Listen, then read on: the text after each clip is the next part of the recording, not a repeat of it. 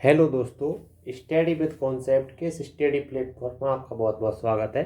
और साथ ही स्वागत हमारी इस क्वेश्चन पेपर की सीरीज में, जिसमें हम दोस्तों हिस्ट्री के क्वेश्चन ले रहे हैं। फर्स्ट क्वेश्चन क्या कह रहा है इसमें, एनी बेसेंट के बारे में है और ये यूपीएससी 2013 में पूछा गया था। आगे भी ऐसे क्वेश्चन पूछे जा सकते हैं, लेकिन जो अब क्वेश्चन का जो ऑप्शन है उसको चेंज किया जा सकता है। कैसे? जैसे कि आपने देखा होगा 2023 में जो पेपर आया उसमें क्या था, केवल एक युग में सही, केवल एक युग में सही, एक युग में सही, ठीक है, या फिर केवल दो युग में सही, युग में सही, ऐसे कथन दे रखे थे। मतलब ऐसे क्या है, ऑप्शन दे रखे थे। उसमें क्या है दोस्तों, आपको जो ऑप्शन दे रखे हैं उनके बारे में आपको क्लियर कट पता होना चाहिए, ठीक है। ऑप्शन चेंज हो जाएंगे अब, बात क्वेश्चन ऐसे आ सकते हैं, ऐसी बात नहीं है, ठीक है। एनी बेसेंट के बारे में कहा गया है। पहला कथन क्या है? पहला कथन है होम रूल आंदोलन प्रारंभ करने के लिए उत्तरदायी थी, ठीक है। दूसरा दे रखा है थियोसॉफिकल सोसाइटी की संस्थापिका थी। तीसरा कथन दे रखा है इंडियन नेशनल कांग्रेस की एक अध्यक्ष भी रह चुकी है वो। नीचे दिए गए कूट का प्रयोग कीजिए और सही कथनों का चयन कीजिए। आप जैसे देखेंगे तीनों कथनों को, आप पाएंगे जो फर्स्ट कथन है उसके बारे में देखिए आप, होम रूल आंदोलन प्रारंभ करने के लिए उत्तरदायी थी, तो ये बात बिल्कुल सही दोस्तों। एनी बेसेंट ने सितंबर 1916 में मद्रास में अखिल भारतीय होम रूल की स्थापना की थी, लीग की स्थापना की थी दोस्तों। इसके अलावा दूसरा कथन देखते हैं। दूसरे कथन को आप ध्यानपूर्वक पढ़िए दोस्तों। इसमें दे रखा है थियोसॉफिकल सोसाइटी की संस्थापिका थी, तो ये इससे जुड़ी हुई थी इस संस्था से, लेकिन संस्थापिका नहीं थी दोस्तों। तो दूसरा कथन यहां पे गलत है, ठीक है। दूसरा कथन गलत है दोस्तों, मैं क्रॉस कर देता हूं इसको, ठीक है। दूसरा कथन गलत है। तीसरा कथन देखते हैं, इंडियन नेशनल कांग्रेस की एक बार अध्यक्ष रह चुकी, तो ये भी कथन दोस्तों सही है, क्योंकि एनी बेसेंट 1917 में कांग्रेस का जो प्रथम महिला अध्यक्ष थी। पहली बात तो ये कलकत्ता में एक अधिवेशन हुआ, कलकत्ता में अधिवेशन हुआ था, तो उसमें ये अध्यक्ष रही, ठीक है। तो पहला और तीसरा कथन सही है, दूसरा कथन गलत है, इसलिए दोस्तों इसका आंसर हो जाएगा सी। इसके बारे में थोड़ा सा आपको बताता हूँ डिटेल एनी बेसेंट के बारे में। तो एनी बेसेंट ने सितंबर 1916 मद्रास में Akhil Bharatiya home rule league की स्थापना की, ठीक है, ये तो आपको पता ही होगा। इसके अलावा एनी बेसेंट 1917 में कांग्रेस की प्रथम महिला अध्यक्ष, प्रथम महिला अध्यक्ष की बात चल रही है यहाँ पे। अगर हमसे पूछे प्रथम भारतीय महिला अध्यक्ष, तो वो थी सरोजिनी नायडू, ठीक है। लेकिन हमने बोला है कि प्रथम महिला अध्यक्ष थी, बनी थी। और कब बनी दोस्तों, किस अधिवेशन में? कलकत्ता अधिवेशन हुआ था, उसमें बनी थी 1917 में, ठीक है। इसके अलावा थियोसॉफिकल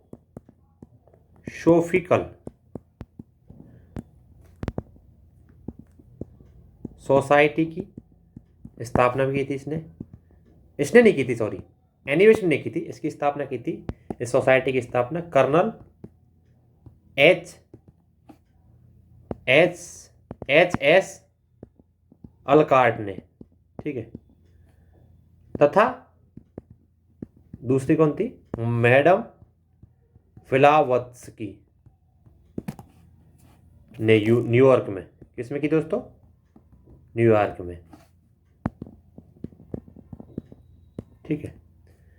तो ये कथन, दूसरा कथन गलत है, क्योंकि संस्थापक नहीं रहती, ये इससे जुड़ी हुई थी लेकिन संस्थापक नहीं थी। तो पहला और तीसरा कथन सही है, इसलिए आंसर हो जाएगा सी। अगला क्वेश्चन देखते हैं। अगला क्वेश्चन क्या कह रहा है, ये यूपीएससी 2021 में क्वेश्चन आया था। इसमें बोला क्या गया है, कथन दूसरा क्या कह रहा है दोस्तों? कथन दूसरा कह रहा है भारतीय इतिहास में 8 अगस्त 1942 के संदर्भ में निम्नलिखित कथनों पर विचार कीजिए। पहला है एआईसीसी द्वारा भारत छोड़ो आंदोलन अंगीकार किया था इस दिन, ठीक है। दूसरा कथन है बी, वायसराय को एग्जीक्यूटिव काउंसलिंग का विस्तार अधिक संख्या में भारतीयों को शामिल करने के लिए किया गया था।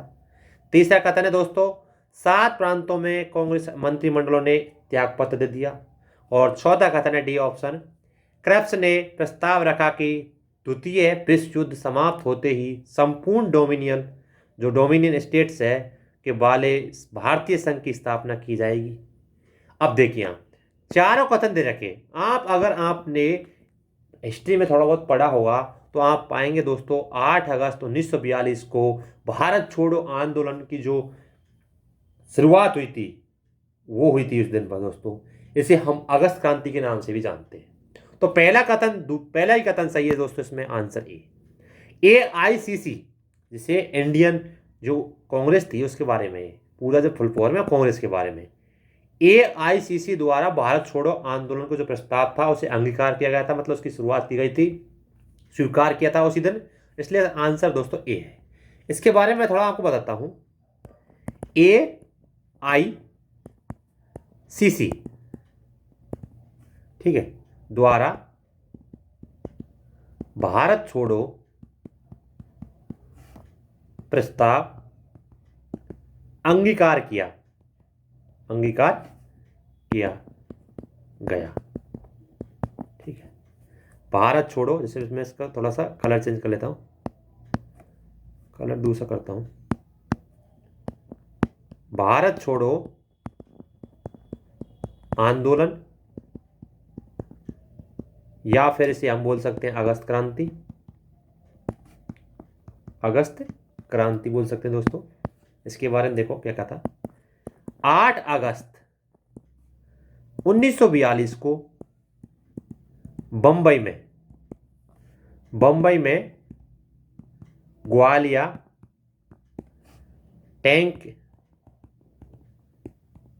मैदान में, क्या नाम था दोस्तों, ग्वालियर टैंक मैदान था, में मौलाना आजाद की अध्यक्षता में हुई अखिल भारतीय कांग्रेस मीटिंग में जो कमेटी बनी, कमेटी की बैठक में इसमें बोला गया अंग्रेज भारत छोड़ो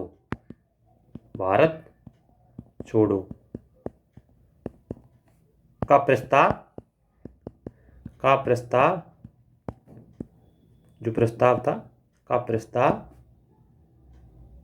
नेहरू ने पेश किया और बाद में पारित भी हुआ दोस्तों। तो ये एक चीज देखो, आप यूपीएससी क्या है, घटनाक्रम के बारे में पूछती है आपसे क्वेश्चन, डेट दे दी, उसमें बोला 8 अगस्त 1942 को इन जो 4 कथन दे रखे हैं कौन सा सही है, क्या घटना घटी थी उस टाइम, ऐसे क्वेश्चन आ सकते हैं। या फिर क्या करेगी दोस्तों, क्रोनोलॉजी वाले, कालक्रम वाले आ जाएंगे कि पहले घटना कब हुई, वही सेम वाला, मतलब ऐसे क्वेश्चन आ जाएंगे अगले, देखना उसमें भी ऐसे आते हैं, ठीक है। तो इसका आंसर होगा दोस्तों ए, ठीक है। अगला क्वेश्चन देखते हैं। अगला क्वेश्चन बहुत ही अच्छा क्वेश्चन है, यूपीएससी 2021 में आया था। इनमें से कौन अंग्रेजी में अनुवादित, मतलब अनुवाद किया उसका। प्राचीन भारतीय धार्मिक गीति काव्य में सॉन्ग्स क्या है दोस्तों, देखो पढ़िए यहाँ पे, सॉन्ग्स फ्रॉम प्रीजर बोलते हैं, क्या दे रखा है, प्राचीन भारतीय धार्मिक गीति काव्य सॉन्ग्स फ्रॉम प्रीजर से संबंधित है। पहला ऑप्शन ए क्या कह रहा है, बाल गंगाधर तिलक, ऑप्शन बी कह रहा है Jawaharlal Nehru, option D C कह रहा है मोहनदास करमचंद गांधी, ऑप्शन डी कह रहा है सरोजिनी नायडू। आप जैसे देखिए, आपसे बोला गया है सॉन्ग्स फ्रॉम प्रिजन मतलब होता है जेल, बोला है कि सॉन्ग्स फ्रॉम प्रिजन जो था, ये जो किताब थी, ये धार्मिक गीति काव्य था, उसका अनुवाद किया था अंग्रेजी में, ये किसकी किताब थी, कहने का मतलब ये है। ऑप्शन दे रखे हैं ए बी सी, आप डी देखेंगे तो इसमें पहला दे रखा है बाल गंगाधर तिलक, दूसरा दे रखा है जवाहरलाल नेहरू, तीसरा दे रखा है मोहनदास करमचंद गांधी, और चौथा दे रखा है सरोजिनी नायडू। एक चीज़ देखिए आप, सॉन्ग्स फ्रॉम प्रिजन जो है दोस्तों, एक चीज़ ध्यान रखना, ये जो किताब है ये महात्मा गांधी जी ने जब यरवदा जेल में थे कैद 1930 में, तब ये किताब लिखी थी। इसके बारे में आज का आंसर तो गया सी। अब आपको ये पता भी होना चाहिए कि बाल गंगाधर तिलक ने कौन कौन सी किताब लिखी थी, जवाहरलाल नेहरू ने कौन सी लिखी और सरोजिनी नायडू ने कौन सी लिखी। किताब या कैब जो भी लिखे हैं उनके बारे में पता होना चाहिए, कौन सी पत्रिकाएं चलाई। इससे क्वेश्चन यूपीएससी अक्सर पूछती है। देखो, तो इसका आंसर होगा दोस्तों सी, मोहनदास करमचंद गांधी। अब थोड़ा सा इसके बारे में बता देता हूं मैं आपको।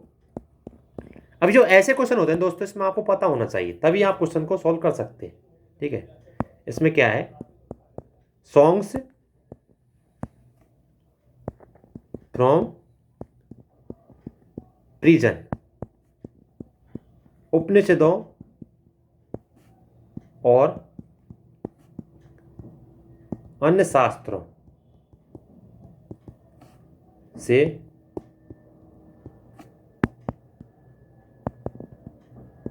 संस्कृत भजनों और गीतों का अनुवाद है, पहली बात तो ये। और दोस्तों, गांधी ने 1930 में यरवदा जेल में कैद के दौरान, अरे ये मतलब इसका अनुवाद किया था, अनुवाद किए। ठीक है, इसके अलावा आप देखिए अब चीज़ों को, सरोजिनी नायडू ने क्या लिखी थी वो, एक दो बुक आपको पता होनी चाहिए। वैसे सरोजिनी नायडू की बात करते हैं हम, इसके बारे में देखते हैं। इन्होंने लिखी थी, पुस्तक का नाम देखो, मैं पुस्तक का नाम बताता हूँ आपको। पुस्तक का नाम से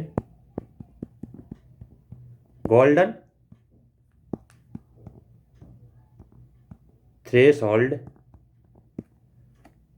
अगला है द वर्ड ऑफ टाइम, इसके अलावा the lady of the lake, ये बुक लिखी थी। इसी प्रकार जवाहरलाल नेहरू के बारे में बात करते हैं हम।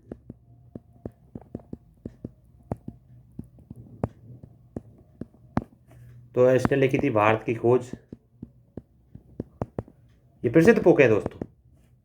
दुनिया की झलकियां, ये भी बुक लिखी थी दोस्तों। ठीक है, इसके अलावा बाल गंगाधर तिलक की बात करें, जो ऑप्शन दे रखे हैं ना उनके किताब पत्रिकाओं के बारे में पता होना चाहिए आपको। ये छोटी छोटी चीज़ है ना, तो यूपीएससी में क्वेश्चन पूछेंगे ऐसे आने वाले टाइम में, तो पता होना चाहिए। इसने समाचार पत्र कौन कौन से लिखे, मतलब छापे इनके समाचार पत्रों में, जैसे कि आपने देखा होगा साप्ताहिक था ये दोनों, जिनमें एक था केसरी मराठी में था, और जो मराठा था वो अंग्रेजी में था। ठीक है, इसके अलावा गीता रहस्य इसका नाम, गीता रहस्य, और वेदों का आर्केटिक होम, इसकी बुक थी। अब ये इतने पते होने, मतलब आपको पता होना चाहिए कि कौन कौन सी बुक किसने लिखी है, कौन कौन सी पत्रिकाएं लिखी है, कौन कौन सी पत्रिकाएं छापी है, तो उनको पता होना चाहिए। ऐसे यूपीएससी क्वेश्चन पूछती है, पीसीएस में क्वेश्चन पूछे जाते हैं। अब ये ट्रेंड एनालिसिस में ये चीज़ बता रहा हूँ मैं आपको बार बार। ठीक है, अगला क्वेश्चन देखते हैं दोस्तों, बड़ा ही सिंपल क्वेश्चन है, अगर आपने पढ़ा हो तो। आंध्र प्रदेश में मदनपल्ली के संदर्भ में निम्नलिखित कथनों पर विचार कीजिए, कौन सा कथन सही है। पहला कथन है, पिंगली वेंकैया ने यहाँ भारतीय राष्ट्रीय ध्वज तिरंगा का डिजाइन किया था। अच्छा, जगह को लेके पूछा है क्वेश्चन, समझ रहे बात को। दूसरा, पट्टावा सीतारामैया ने यहाँ से आंध्र क्षेत्र में भारत छोड़ो आंदोलन का नेतृत्व किया था। इससे अगला कह रहा है दोस्तों सी ऑप्शन क्या कह रहा है, सी ऑप्शन में बोला गया है दोस्तों, सी ऑप्शन में ये बोला गया है कि रविन्द्रनाथ टैगोर ने यहाँ राष्ट्रगान का बांग्ला से अंग्रेजी में अनुवाद किया। ठीक है, अगला डी ऑप्शन देखते हैं दोस्तों, तो मैडम ब्लावत्स्की और कर्नल आलकॉट ने सबसे पहले यहाँ थियोसॉफिकल सोसाइटी का मुख्यालय बनाया था। तो जैसा कि आप देखते हैं दोस्तों, आंध्र प्रदेश की जो मदमपल्ली है वो किसके लिए प्रसिद्ध है दोस्तों जगह? तो रविन्द्रनाथ टैगोर जी ने जो राष्ट्रगान गाया था, बांग्ला से अंग्रेजी में अनुवाद किया था, वो जगह यही है दोस्तों। इसलिए इसका आंसर हो जाएगा सी। कुछ चीज़ें आपने अगर हिस्ट्री पढ़ी हो, मॉडर्न हिस्ट्री, तो उसमें चीज़ें आपको पता होना चाहिए, टर्मिनोलॉजी कहाँ क्या घटना हुई है, थोड़ा इतना तो पता होना चाहिए, कौन सा टाइम पीरियड क्या बोल रहा है। ठीक है, इसलिए इसका आंसर हो जाएगा दोस्तों सी। ठीक है, इसे एक्सप्लेन करने की वैसे ज़रूरत नहीं है दोस्तों, तो कुछ क्वेश्चन ऐसे होते हैं जिसके बारे में आपको पता होना चाहिए, मतलब वन लाइन क्वेश्चन है, इसमें आप गलत नहीं कर सकते। ठीक है, इसका आंसर सी है। अगला देखते हैं दोस्तों। अगला क्वेश्चन है, ये यूपीएससी 2020 में क्वेश्चन पूछा गया था। क्वेश्चन क्या है? गांधी इरविन समझौते में निम्नलिखित में से कौन से सम्मिलित है? मतलब कहने का मतलब गांधी इरविन समझौता किया था, उसमें क्या क्या बात रखी गई थी उसके बारे में। ठीक है, अब चार और देखिए आप, और खैराकैब के सही कथन उत्तर दीजिए। यूपीएससी 2020 में आया हुआ है। इस क्वेश्चन में आप देखेंगे तो इस क्वेश्चन को यूपीएससी 2020 में जब आया था, इसको डिलीट कर दिया गया था, क्योंकि इस क्वेश्चन में थोड़ी मिस्टेक थी उस टाइम, इसका आंसर नहीं आ पाया। लेकिन मैं आपको थोड़ा सा इसके बारे में बताता हूँ।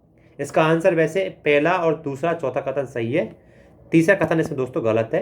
मैं इसके बारे में बताता हूँ। आपने गांधी इरविन समझौते के बारे में तो पढ़ा ही होगा दोस्तों, गांधी इरविन समझौते के बारे में तो पढ़ा ही होगा। गांधी इरविन समझौते के बारे में पढ़ा होगा, क्या था दोस्तों?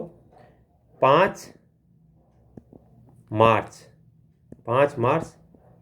1931 को हुआ था, पहली बात तो इसके बारे में पता होना चाहिए। दूसरी बात, ये तेज बहादुर सप्रू करके था, जिसको आपने पढ़ा होगा इतिहास में, सप्रू, तेज बहादुर सप्रू व जयकर के प्रयासों से, जयकर के प्रयासों से गांधी और इरविन के बीच 5 मार्च 1931 को दिल्ली में समझौता हुआ था दोस्तों।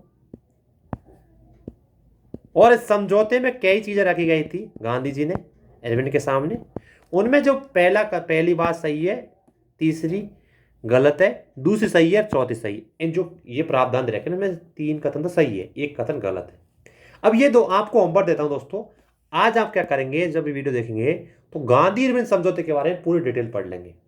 अब ये होता है ट्रेंड एनालिसिस, मतलब आपको थोड़ा बहुत ये होना चाहिए कि आप अगर किसी चीज को पढ़ रहे हैं तो उसको ये चीज देखिए कि अगली बार क्वेश्चन इस प्रकार के पूछे जा सकते हैं, इस बार ट्रेंड ये रहा, अगली बार कुछ और पूछ सकते हैं।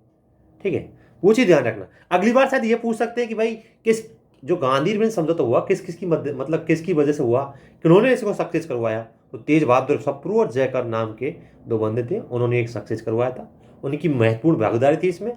ठीक है, ऐसा क्वेश्चन भी आ सकता है, अगली बार कुछ भी आ सकते हैं क्वेश्चन, तो पता होना चाहिए ना आपको। बस आपको ये पता होना चाहिए कि भाई इससे क्वेश्चन इस बार बन रहे हैं तो अगली बार कुछ प्रकार बन जाएंगे, अलग तरह के बन जाएंगे। चेंज तो हो सकता है थोड़ा बहुत, भाई जो घटना है वो तो घटना ही रहेगी ना, उसमें क्या ही चेंज कर लोगे आप। ठीक है, अगला क्वेश्चन देखते हैं दोस्तों। तो छठा क्वेश्चन को देखिए आप। क्वेश्चन क्या कह रहा है? भारत में ब्रिटिश औपनिवेशिक शासन के संदर्भ में निम्नलिखित कथनों पर विचार कीजिए, उपयुक्त में से कौन सा कथन सही है? ठीक है, पहला कथन क्या दे रखा है दोस्तों? महात्मा गांधी गिरमिटिया इंटरचेंज लेबर प्रणाली को, जो प्रणाली थी उसका उन्मूलन मतलब उसे समाप्त करना चाहते थे। ये बात बिल्कुल सही दोस्तों। आपने देखा होगा कि गांधी जी जब अफ्रीका में थे तो उन्होंने सबसे पहला काम यही कराया, जो गिरमिटिया मजदूरों की जो प्रणाली थी, जो ये मतलब शर्त रखते थे कि गिरमिटिया पर मजदूर किस प्रकार के कार्य करेंगे, वो शर्तों के सबसे खिलाफ थे गांधी जी। तो ये बात बिल्कुल सही है, इस प्रणाली को तो खत्म ही करना चाह रहे थे। दूसरा कथन क्या है? लॉर्ड चैम्सफोर्ड को बोर कॉन्फ्रेंस में महात्मा गांधी ने विश्व युद्ध के लिए भारतीयों की जो भर्ती है उससे संबंधित प्रस्ताव को समर्थन नहीं किया, ये बोला गया है। तो ये गलत बात दोस्तों। जब फर्स्ट वर्ल्ड वार हुआ था उसमें गांधी ने सीधा बोला था कि गांधी जी ने बोला था कि हम अंग्रेजों का साथ देंगे, इसी के बदले अभी देखो आप चीज देखो, इसी की वजह से गांधी जी को केसर हिंद की उपाधि भी दी गई थी। तो ये दूसरा कथन गलत है दोस्तों, समर्थन नहीं किया ये बात गलत है, बल्कि समर्थन किया था गांधी जी ने, तो दूसरा हो गया गलत। अगर आप एक चीज देखो, अगर ऑप्शन ऐसे होते पहले की तरह तो सीधा आंसर निकला, दूसरा अगर गलत करेंगे दोस्तों तो आंसर सीधा आ रहा था बी। लेकिन अब थोड़ी चीजें चेंज हो गई है, यूपीएससी का पैटर्न चेंज हो गया है, क्वेश्चन का ट्रेंड चेंज हो गया है। अब क्वेश्चन ऐसे नहीं आएंगे, अब क्वेश्चन आएंगे, इनका ऑप्शन आएंगे केवल एक सही, केवल दो युग्म सही, केवल तीन युग्म सही। इनमें आपको पूरा पता होना चाहिए क्वेश्चन के बारे में, ठीक है।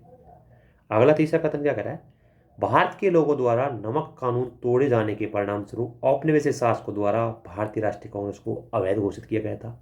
यह कथन भी बिल्कुल सही दोस्तों। तो पहला और तीसरा कथन सही है, दूसरा हुआ गलत, ठीक है। इसलिए इसका आंसर होगा दोस्तों बी। अब थोड़ा सा गिरमिटिया मजदूर के बारे में बताता हूं आपको थोड़ा सा।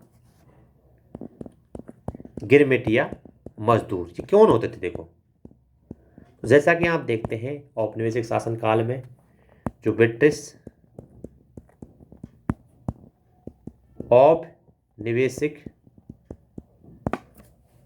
सरकार द्वारा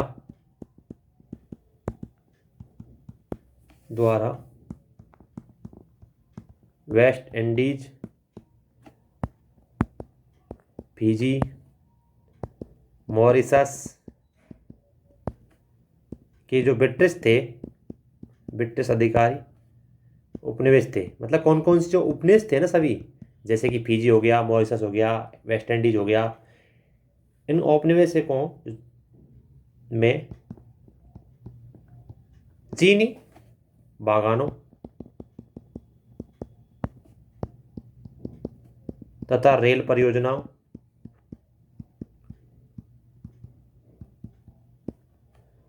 के निर्माण हेतु अनुबंध होता था, जिसे हम समझौता कहते हैं, संविदा कहते हैं आजकल, एक अनुबंध के तहत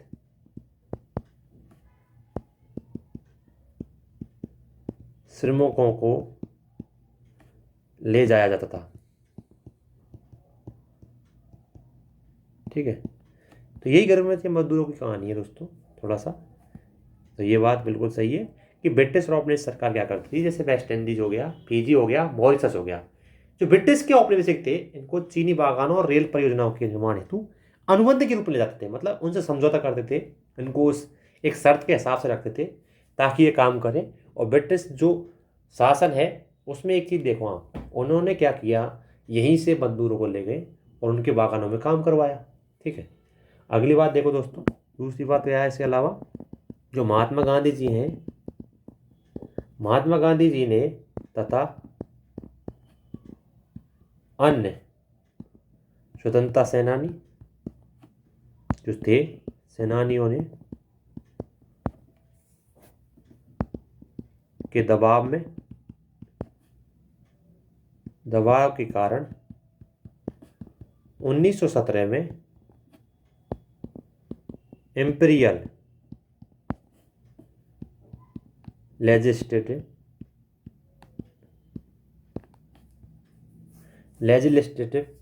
जो थी काउंसिल थी, क्या दोस्तों, लेजिस्लेटिव काउंसलिंग, बोलने में थोड़ा अटपटा है, ठीक है, काउंसलिंग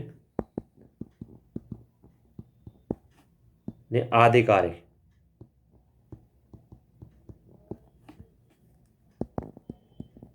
रूप से गिरमिटिया प्रणाली पर प्रतिबंध लगा दिया। इसके अलावा तीसरा कथन तो बिल्कुल सही दोस्तों, इसलिए इसका आंसर हो जाएगा बी, एक और तीन कथन। अगला क्वेश्चन देखते हैं दोस्तों। अब देखो अगला क्वेश्चन देखो आप, मैंने आपसे अभी थोड़ी देर पहले एक बात बताई थी, क्या बताई दोस्तों, कि क्वेश्चन में क्या है, आपसे क्रोनोलॉजी पूछ लेगा कि कौन सी घटना पहले हुई बाद में। भारतीय स्वतंत्रता संघर्ष के संदर्भ में निम्नलिखित घटनाओं पर विचार कीजिए। यूपीएससी 2017 में पूछा है। पहला है रॉयल इंडियन नेवी में गदर, दूसरा है भारत छोड़ो आंदोलन का प्रारंभ, तीसरा है द्वितीय गोलमेज सम्मेलन। अब देखो आप एक चीज देखो, भारत छोड़ो आंदोलन की घटना हुई थी 1942 में, द्वितीय गोलमेज सम्मेलन हुआ था दोस्तों सितंबर 1931 से दिसंबर 1931, ठीक है। जो रॉयल इंडियन नेवी में गदर की बात घटना हुई थी दोस्तों, तो ये कब हुई, ये चीज़ आप देखिए, ये चीज़ आप खुद देखिए, ये हुई थी 1946 में, 1918 जो फरवरी 1941 को हुई थी दोस्तों ये घटना, ठीक है।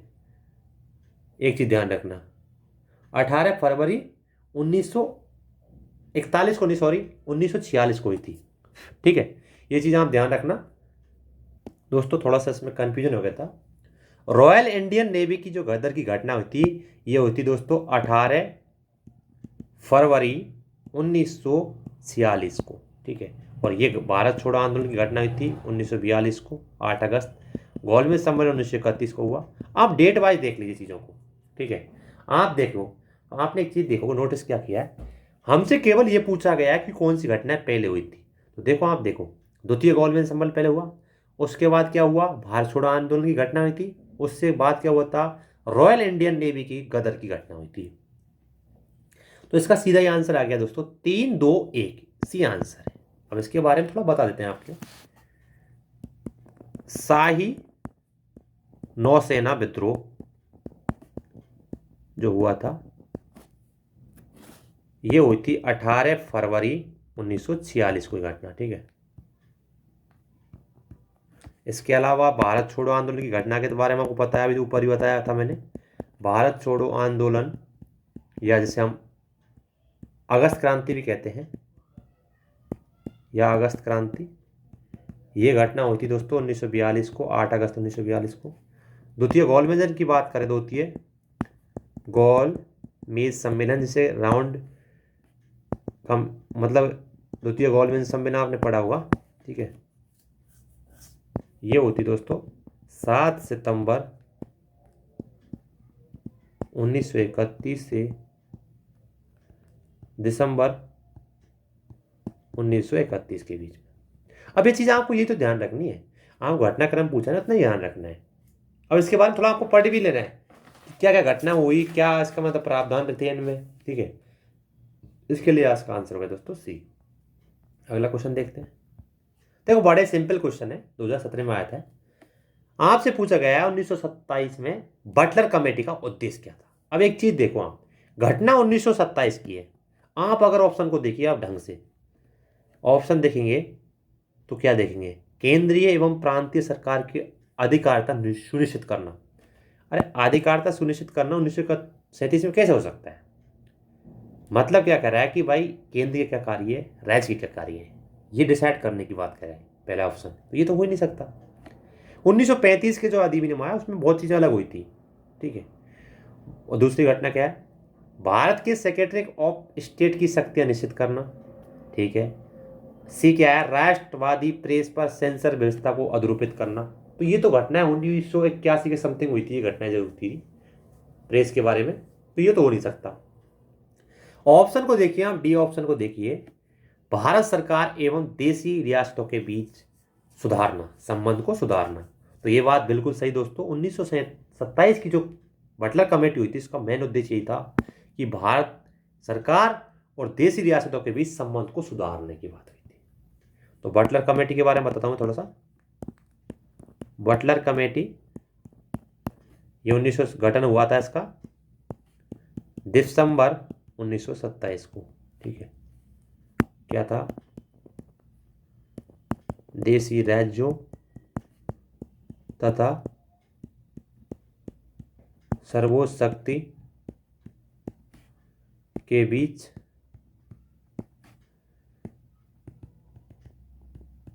संबंधों की जांच करना, जांच करने हेतु, ठीक है। इसके अलावा कमेटी ने क्राउन की सर्वोच्चता बरकरार रखने की बात की थी, इसमें का सुझाव दिया, ठीक है। इसके अलावा दिया, इसके अलावा गवर्नर जनरल का देशी राज्यों के बीच के मामलों से निपटने के समय वायसराय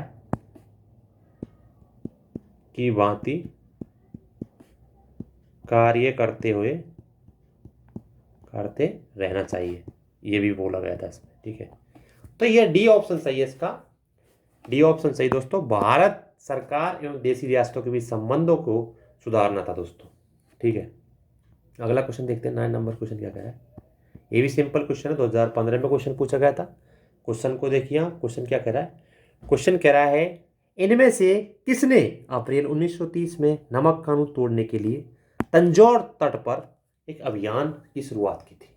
जैसा कि आप देखते हैं नमक सत्याग्रह में आपने देखा कि गांधी जी 12 मार्च 1930 को दांडी मार्च यात्रा स्टार्ट करते हैं और 6 अप्रैल 1930 को खत्म होती है दांडी मार्च यात्रा। वो जाकर समुद्र के तट पर नमक का उत्पादन करते हैं दोस्तों। उसी का देखा देखी कई जगह पर इसी प्रकार की घटनाएं होती हैं, नमक कानून को तोड़ा जाता है। उनमें एक था तंजौर तट पर। तो किसने तोड़ा, ये तो पूछा हमसे। तो आप देखेंगे कि ये तोड़ा था दोस्तों सी राजगोपालाचारी जी ने। इसका आंसर हो जाएगा बी। लेकिन इसके बारे में बताता हूं आपको। भारत में अन्य जगहों पर भी नमक कानून तोड़े। पहली घटनाएं हुई थी ना, वो थी मतलब गुजरात के दांडी मार्च यात्रा निकाली थी गांधी जी ने, तब घटना हुई थी। तो उसके अलावा जो किए गए थे उनके बारे में, ठीक है, उसके बारे में तो आपको पता ही होगा। तो जैसे तंजौर की बात करता हूँ मैं, क्वेश्चन में पूछा है तंजौर तट पे किसने तोड़ा कानून। तो ये तोड़ा था सी राजगोपालाचार्य ने। इसके अलावा मालाबार तट पर के कल्पन ने, ठीक है। ओडिशा तट पर तोड़ा था दोस्तों,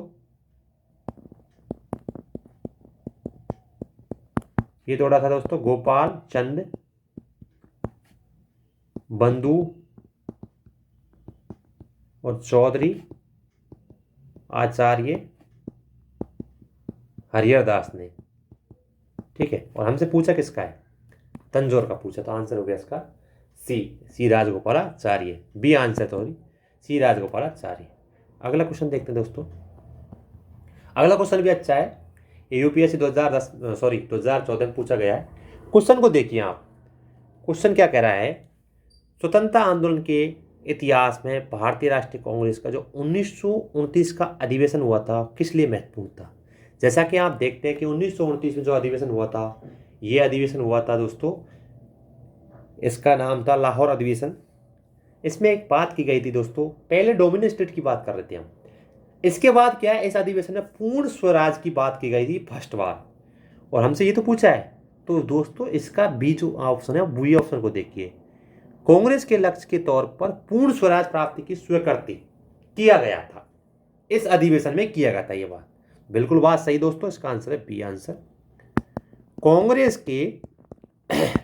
कांग्रेस का लाहौर अधिवेशन हुआ था, ये हुआ था दिसंबर 1929 में। अध्यक्षता की थी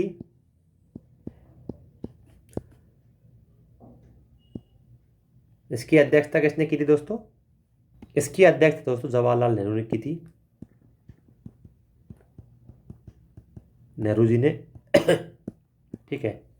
इसका जो मेन उद्देश्य था दोस्तों सॉरी दोस्तों, इसका मेन उद्देश्य था पूर्ण स्वराज के बारे में बात करने की, ठीक है। तो यही तो पूछा है हमसे, क्यों महत्वपूर्ण था यह अधिवेशन, इसलिए महत्वपूर्ण था। कांग्रेस का लक्ष्य था पूर्ण स्वराज की प्राप्ति करना, और इसी सेशन में वो थी ये बात, ठीक है। तो जैसे आप क्वेश्चनों को देखिए, अब जो क्वेश्चन करा रहे हैं मॉडर्न इंडिया क्वेश्चन आप देखिए। तो अब क्या है, आप इन चीज़ों को देखिए, क्वेश्चन कहाँ से पूछे जा रहे हैं, कौन से अध्यक्ष क्या था, कमेटी कौन सी थी, कौन सी पत्रिका लिखी, कौन सी घटनाएं हुई। तो यही तो मैं आप बताने वाला हूँ आपको, यही चीज़ तो बता रहा हूँ मैं आपको कि आप ट्रेन एनालिसिस को समझिए और क्वेश्चन का आंसर दीजिए, तभी चीज़ें आपको समझ में आएंगी, तभी ये सीरीज आपके काम आएगी दोस्तों। तो धन्यवाद दोस्तों, यहाँ तक बनाने के लिए बहुत बहुत।